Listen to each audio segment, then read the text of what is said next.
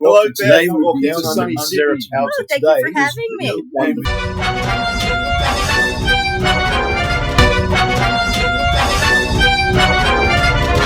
Hi, I'm Paul Rushworth-Brown, host of History Bards and Down Under interviews in association with Meet the Author, indie book source in the US.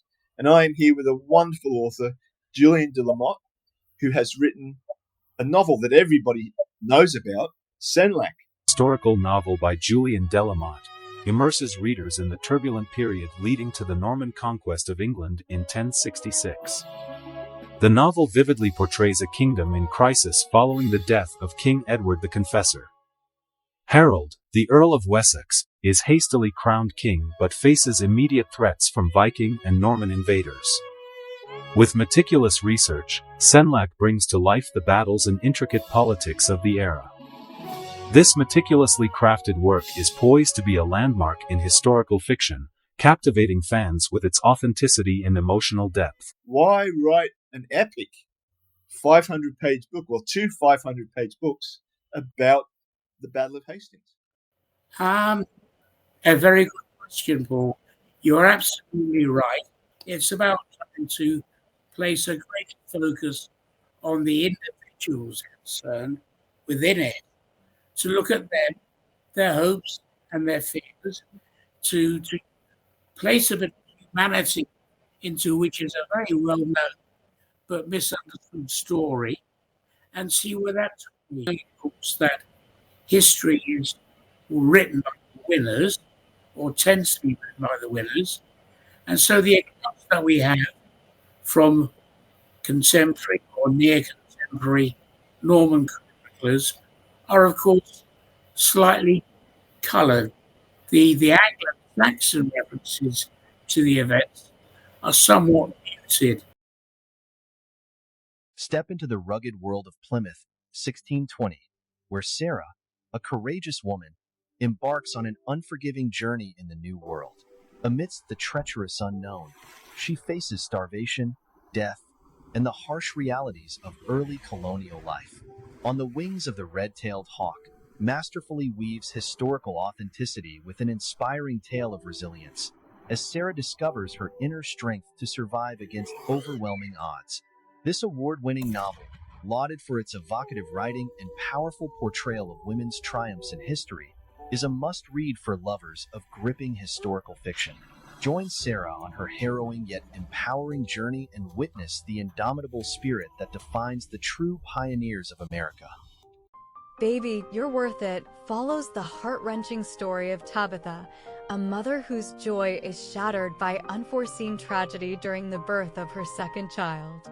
Faced with the devastating consequences of medical errors, Tabitha must navigate life-altering decisions, balancing her job, her mother's deteriorating health, and the needs of her children. Amidst pain and trauma, Tabitha embarks on an inspiring journey of courage, love, and resilience to reclaim her happiness and heal what's broken inside. Okay. However, having said that, when you do arrive at the battlefield, it is extremely atmospheric. Is it? Yeah. Below you have a what is a bogland, in essence, and then above you a ridge line, which stood in line, and you get a feeling for it, quite a strong one. So how did you approach the development of the main protagonist, like Harold, Tostig? Well, and William is actually painted in a dark light, isn't he? William, well, he very much, like all of them, a product of his times. He had a very, to say the least, troubled childhood.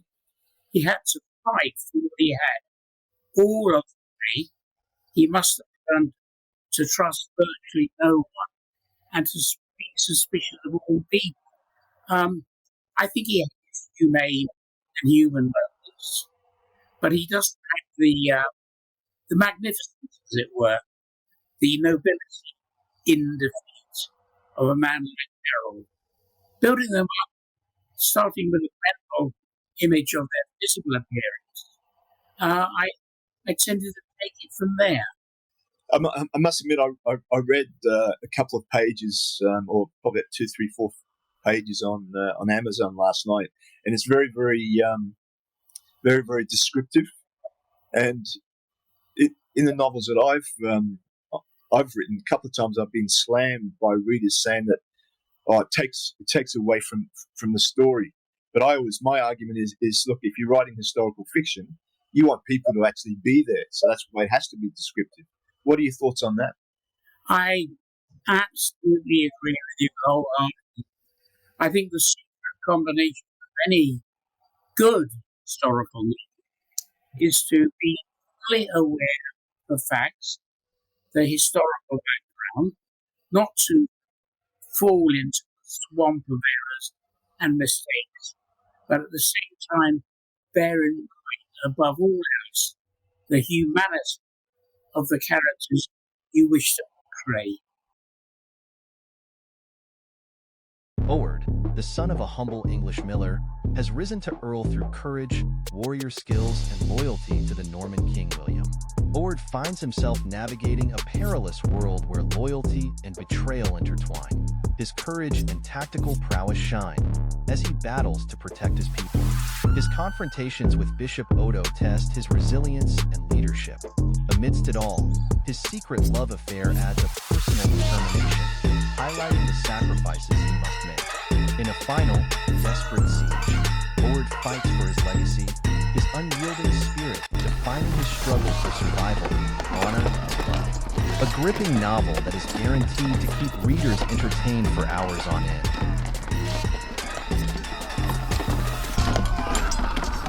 And your favorite part to write? I think the hardest to write, in part, is attempting to follow the sequence of events, because they are shrouded in various things, and to work out a mental timetable of what on earth could have happened. I think the most impressive part for me in actual writing was probably the Battle of Hastings itself, Okay. and its immediate aftermath. How do you picture it, the Battle of Hastings? How? Yeah. It was, by comparison to your average medieval battle, it was a very, very long affair. It began more or less at daybreak and ended at day end. So that's it's October, of course, and that's a good 9 or 10 hours of fighting by anybody's account. It would have been noisy, confusing, absolutely terrifying, of course. Yeah. Most of the English had never ever encountered the sight of horses weighing, 2 tons, bearing down upon you at about 25 to 30 miles an hour. Yeah. And by the same token, the Normans had never actually faced a wall of men waving huge great axes at them. So it was a novel experience, at the least, for all parties concerned. What tactics did he use to actually get over the enemy? Finding that it had worked by accident on one occasion, he persuasively encouraged the English, lured them to come towards him, breaking up their shirts a little more and leading them isolated for little, forays of armed cavalry. That and mass arch overhead finally did the trick.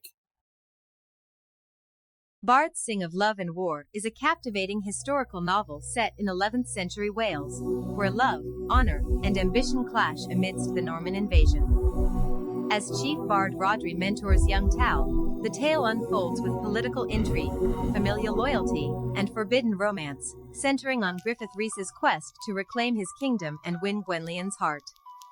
Amidst King Henry I's campaigns and betrayals within King Gruffydd Sinan's court, a web of deception, secret marriages, and daring rescues promises to enchant fans of epic romance and adventure.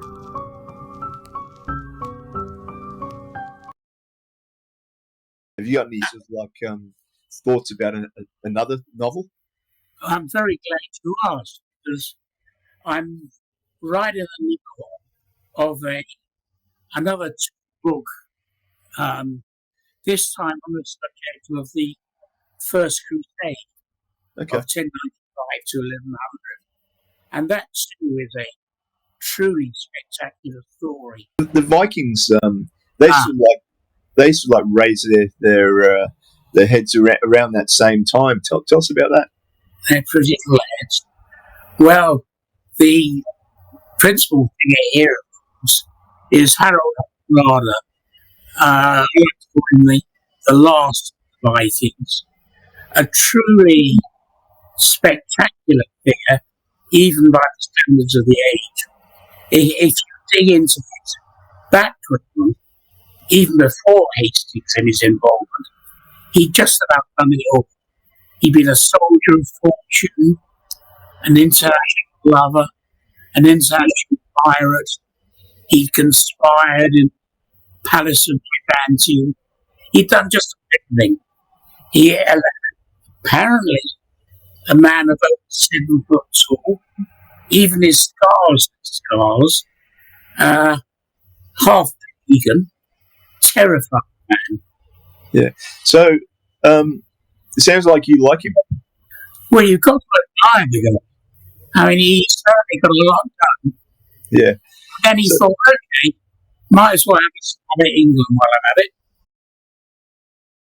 In the volatile province of Britannia, AD 59, Winator, Roman equestrian one, follows Decimus, a seasoned centurion, and Luciana, a fierce Celtic princess, as they navigate a deadly conflict that ignites their mutual attraction. Bound by their passion for horsemanship but divided by loyalty, they must confront a growing unrest led by mysterious druids and power-hungry factions. Amidst the chaos of mounting casualties and political intrigue, Decimus and Luciana grapple with their volatile relationship and the relentless quest for control over Britannia's future.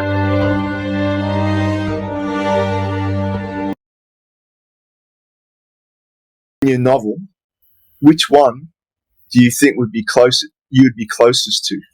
In other words, so some of your personality. I have to admire Tostig, the traitorous younger brother of Harold. I mean, I wouldn't necessarily like to meet him, but I felt I got to know him. Okay. A very irrational person, full of impulse, as the Ormond were, but sort of like him. Yeah, right. And of course, William's wife, Matilda, an extraordinary. I wish I'd known her.